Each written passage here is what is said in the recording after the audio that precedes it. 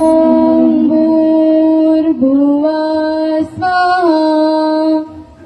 આટલો જ મંત્ર બોલીને યજ્ઞકુંડમાં જે અગ્નિ છે એને પ્રજ્વલિત કરો. જેમ જેમ મંત્ર બોલાય એ પાણી આપણે પી જવાનું છે.